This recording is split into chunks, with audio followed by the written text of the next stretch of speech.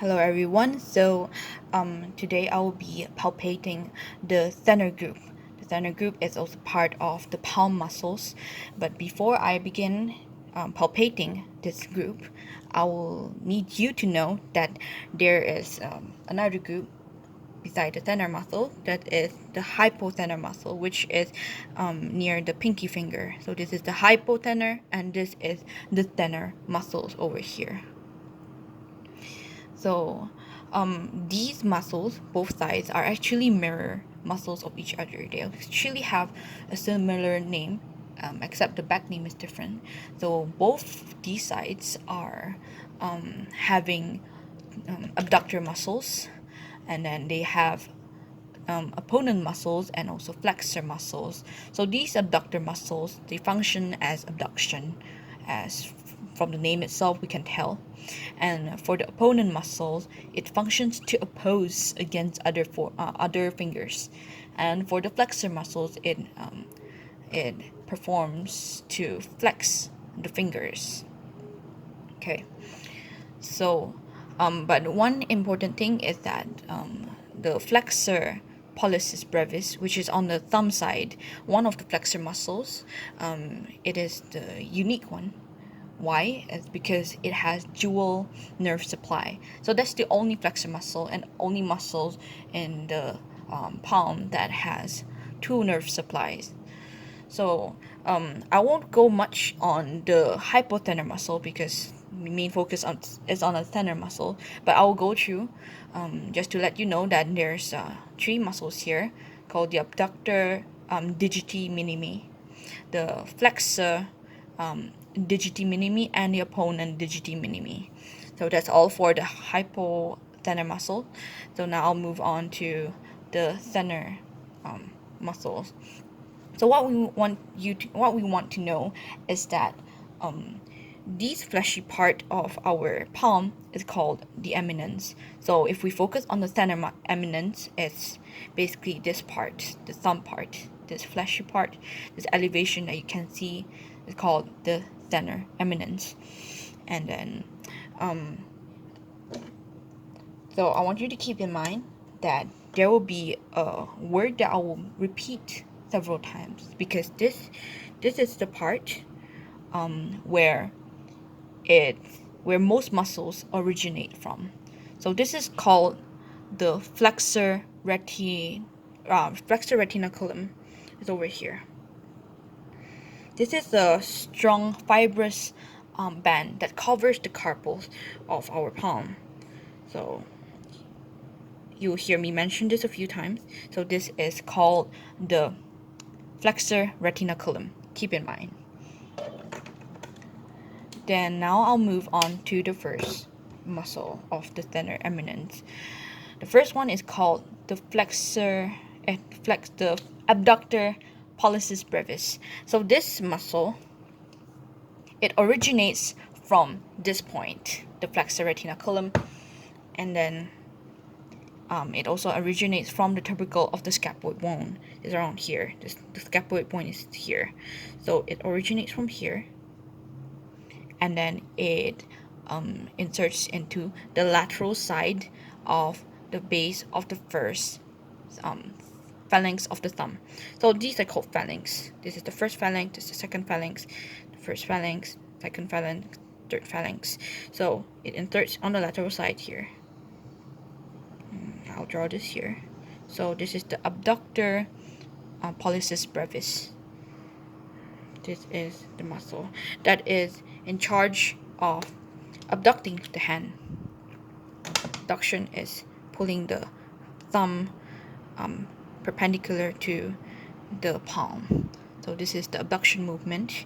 This is in charge for the abduction. All right. And then now I'll move on to the second muscle, which is called the flexor pollicis brevis. So this muscle also arises from the flexor retinaculum, which is this point. That's why it is important to know about this. And it also originates from the tubercle of the trapezium of the bone, which is around here. And I'll draw this first. And the different part about this is it inserts to the more palmar side of our palm is a bit inner side, so it's over here.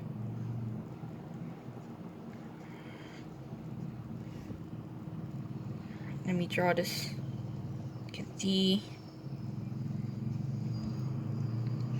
So this muscle is in charge in flexing the thumb at the flexing the thumb like this in this direction. So this is the movement that this muscle does. And then it is okay.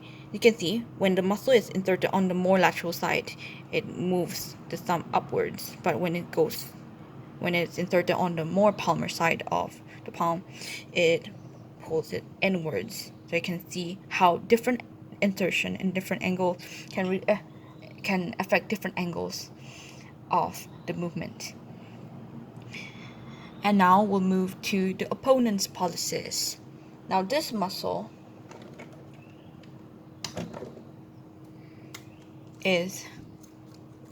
also originates from the same point called the opponent's the flexor retinaculum of the hand, okay? And it also originates from the tubercle of the trapezium around here. But then the only different and special thing about this opponent pollicis is that it is inserted into the entire metacarpal bone of the thumb. It does not reach the phalanx, so it ends here, around here. And this muscle is a deep muscle, okay?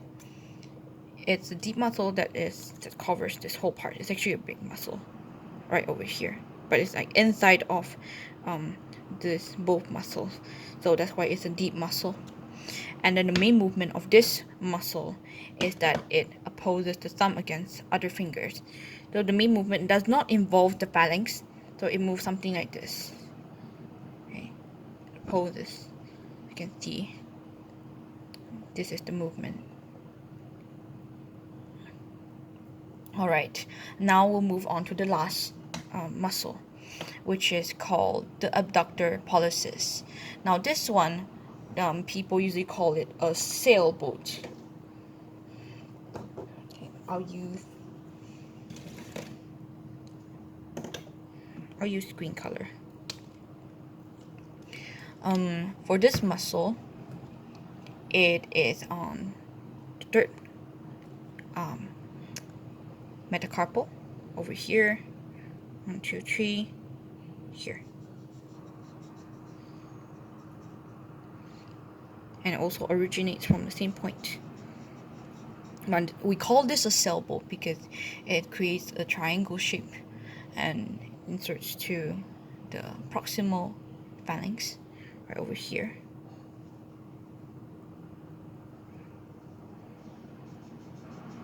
There we have this muscle, and this muscle movement, when you do abduction, right, this muscle is in charge of pulling the thumb backwards. Alright, so pull the thumb back perpendicular to the thumb. So when you abduct, and then it pulls it back. So this is the main job of this muscle.